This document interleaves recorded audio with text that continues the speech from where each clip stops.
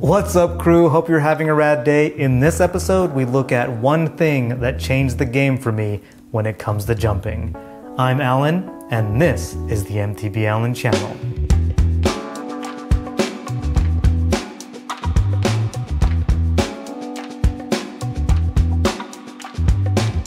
I'm Alan, this is the MTB Alan channel. Check to see if you're subscribed. If you're not, hit the subscribe button and I'll show up in your feed every Monday with rad episodes like this one, where we look at my jump progression and I share with you one thing that sort of changed the game for me when it comes to jumping.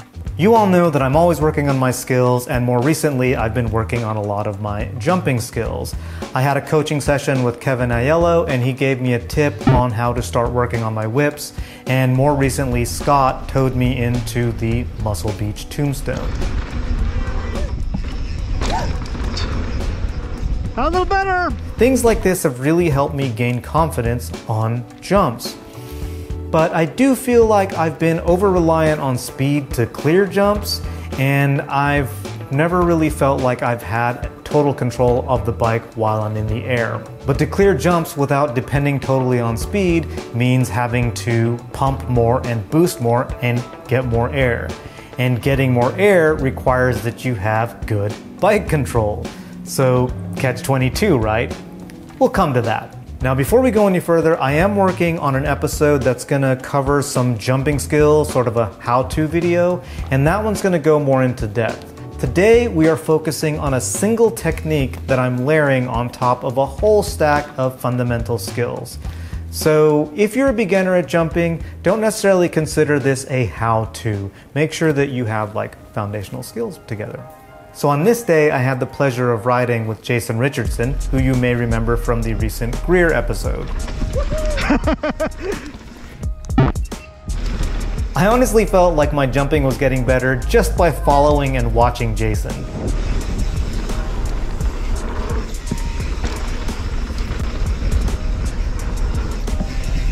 But after our warm-up run, while we were on the lift, we were talking about some jump technique. And what I learned from Jason is that one of the main areas I need to make a correction is the handlebars. Hey man, the thing you were suggesting about how to pull, I'm feeling it, dude. Like, it feels really good. Pulling like here. Yeah. Instead of, like, I kept doing this thing and it's just like that, and then just like tucking it in. Circles. Yeah. Ellipticals. So much different. When it comes to jumping, a lot of people talk about pulling, and I had never really thought about it, but I was just kind of pulling the bars like straight to my chest. This can actually have the effect of pulling you down. The change in my movement that we discussed was pulling the bars more to my hips or to my abs.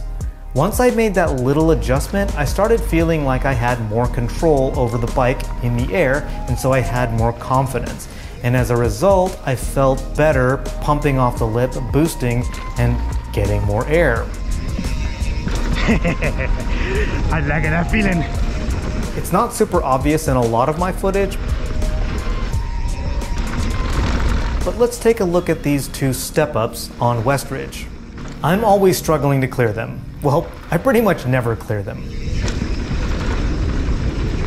But with a better pull and more confidence to pump, nice. I was able to clear them easily. This also meant that I could hit jumps slower and still clear them. This is the last jump on Westridge. When I hit it faster, I sometimes feel like I'm getting bucked. Now I could hit it a bit slower and just boosted more.